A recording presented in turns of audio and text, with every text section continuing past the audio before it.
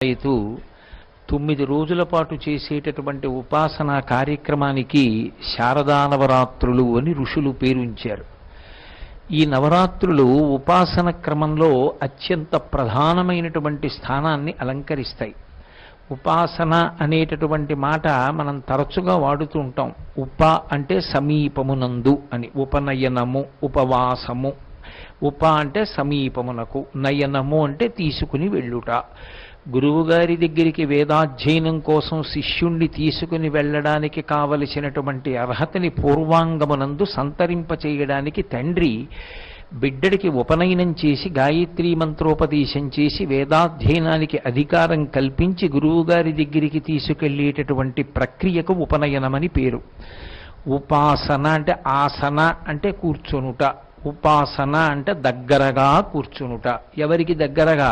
తత్పదార్థమునకు.